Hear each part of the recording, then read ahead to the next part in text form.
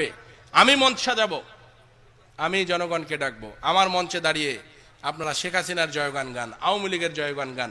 আমরা যেন কাঁধে কাঁধ মিলিয়ে আওয়ামী লীগকে ভালোবাসতে পারি। পদ পদবি বড় কথা নয়, যে জায়গাতে অবস্থান হয়েছে, শরীরের যে রক্ত ধারাবাহিকতায় উত্তরাধিকার সূত্রে পেয়েছি, আপনাদের সামনে প্রতিজ্ঞা করে বলছি, কোনোদিন যদি আওয়ামী লীগ থেকে লাথি মেরেও বের করে দেয়, রাস্তার পাশে দাঁড়িয়ে হলেও আওয়ামী লীগ করবো, এটার জন্য আমার কোনো পদ পদবি যোগ্যতার দরকার নাই। আওয়ামী লীগ আমাকে জন্মসূত্রে একটা পরিচয় দিয়েছে। আওয়ামী লীগ যদি এই দেশের দায়িত্ব না নিত, আমার বাবা কি হতো, আমার গ্রামের ঠিকানা কি হতো, আমার বসবাস কোথায় হতো, আমি পাকিস্তানে থাকতাম না আফগানিস্তানে থাকতাম, না আমার কোন জায়গাতে আমার বাপ মা আমার নিয়ে যেত, আমি বলতে পারতাম না। যে দল আমাকে স্বাধীনতা দিয়েছে, যে দল আমাকে পিতৃ পরিচয় দিয়েছে, যে দল আমাকে সম্মানিত করেছে বাঙালি একজন বীর জাতি হিসেবে, আমি সেই দলের একজন সামান্য কর্মী, বেশি কিছু আশা করি না। বাংলার মানুষকে নিয়ে স্বপ্ন দেখি, বঙ্গবন্ধুর সেই লালিত স্বপ্ন, বাংলার মানুষ যেন একদিন খেতে পারে, পড়তে পারে, থাকতে পারে, ভালো জায়গায় যেন বসবাস করতে পারে, চিকিৎসা পায়, বাসস্থান পায়। আমরা সে পথেই হেঁটে চলেছি।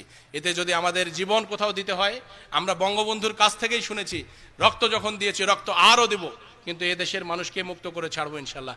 মুক্ত হয়েছে, মুক্ত আমাদের স্বাধীনতায় এসেছে, কিন্তু এখনো অর্থনৈতিক যে মুক্তি, আমাদের সকলের সমৃদ্ধির মুক্তি, এটার জন্য আমরা যুদ্ধ করে যাচ্ছি। ইনশাআল্লাহ জাতির জনকের কন্যার হাত ধরে সেই মুক্তির পথে আমরা অবশ্যই কাঁধে কাঁধ মিলিয়ে বাংলাদেশকে একদিন সেই জায়গাতে নিয়ে যাব। এই প্রত্যাশায় আপনারা যারা উপস্থিত হয়েছেন, আয়োজন করেছেন, সকলকে ধন্যবাদ এবং কৃতজ্ঞতা জানিয়ে আজকে প্রিয় নেত্রীর জন্মদিন উপলক্ষে সকলকে মিষ্টিমুখ করাতে চেয়েছি আমি। অবশ্যই কেউ মিষ্টি না খেয়ে এখান থেকে যেন যাওয়া না হয়। কি মোর কথা মনে থাকবে তো? তোমার ভালোবাসেন তো নেত্রীকে?